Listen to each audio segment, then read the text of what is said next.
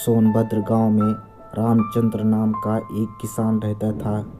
वे बहुत वृद्ध हो गया था। उसके 3 लड़के थे, जिसमें से 2 लड़के हरिदास और श्यामदास शहर में नौकरी करते थे।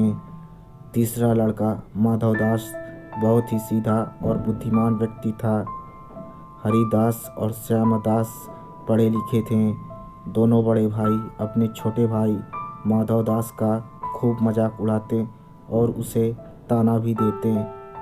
माधवदास पढ़ा लिखा नहीं था, फिर भी वे अपने पिता रामचंद्र की बहुत देखभाल करता था।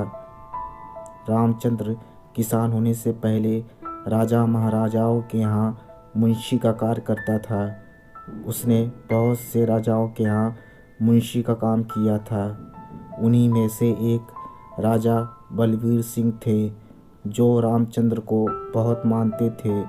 उन्होंने रामचंद्र को जन्मदिन पे उपहार के तौर पर एक हीरे की अंगूठी दी थी। अधिक वृद्ध हो जाने के कारण वे अब मुंशी का काम छोड़कर अपने गांव वापस आ गया और खेती बाड़ी संभालने लगा। एक दिन की बात है, राजा बलवीर सिंह के द्वारा दी गई उपहार वाली वे अंगूठी अचानक कहीं रामचंद्र से खो जाती है। वह अंगूठी कोई मामूली अंगूठी नहीं, बल्कि एक हीरे से जड़ी हुई रत्न थी। वैसे तो अंगूठी कीमती थी ही, पर किसान रामचंद्र उससे भावनात्मक रूप से जुड़ा भी था और किसी भी तरह उसे वापस पाना चाहता था। उसने खुद भी अंगूठी खोजने का बहुत प्रयास किया। कभी कमरे में खोजता, तो कभी बाड़े में, तो कभी अनाज के ढेर में, पर तमाम कोशिशों के बाद भी उसे वे हीरे की अंगूठी नहीं मिली।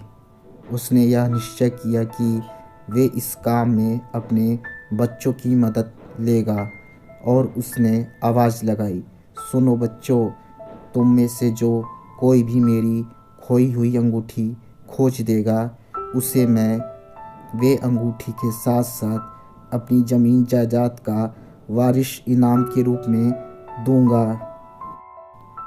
फिर क्या था, बड़ा बेटा हरिदास, मझला बेटा श्यामदास जोर शोर से इस काम में लग गए। वे हर जगह की खाक छानने लगे, ऊपर नीचे, बाहर, आंगन में, हर जगह, पर घंटों बीत जाने पर भी अंगूठी नहीं मिली।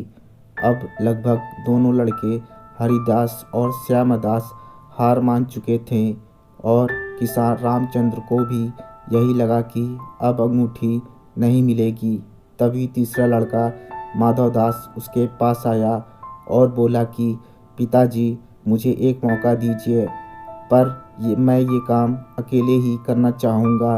रामचंद्र ने सोचा कि जब मेरे दोनों बेटे हरिदास और श्यामदास पढ़े लिखे और समझदार लड़के इस काम को अंजाम नहीं दे पाए, तो ये क्या कर लेगा।